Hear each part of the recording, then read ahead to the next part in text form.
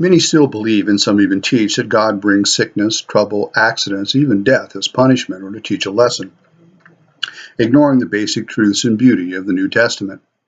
The carpenter's teaching replaces the old fearful theology with a new spiritual reality. Consider, when we name something, we define its nature. So what is the nature of God? For the same fountain cannot send forth both sweet and bitter water. It would be a bit schizophrenic to ask for help, direction, and healing and intuitive thinking from a power greater than ourselves that professes love but could turn on a dime and bring us pain, suffering, even death. Emmett Fox explains, "Hallowed be thy name," from the Lord's Prayer thusly. The word hallowed has the same root as holy, whole, wholesome, and heal or healed. So we see that the nature of God is complete and perfect, altogether good. Now, does trouble, sickness, and suffering exist? Of course. So why does our all-loving, all-knowing Father allow it?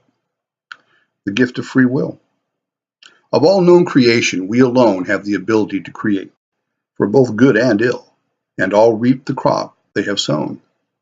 The innocents who suffer and die by the actions or calculated inaction of the cruel and evil reap their reward beyond the flesh, just as their persecutors who fail to change. No one dwells in eternity with the ledger of their actions unbalanced. But God does not keep the ledger. We do. Everything we have ever done, said, seen, or felt, experienced in any way is written on our eternal heart, in our hand.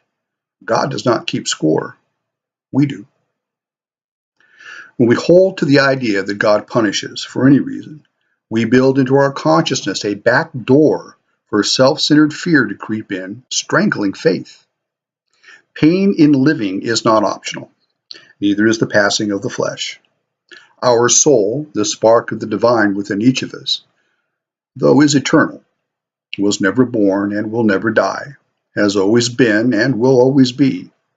The Lord's Prayer names God as our Father, and is not the child always connected to, a product of, the parent?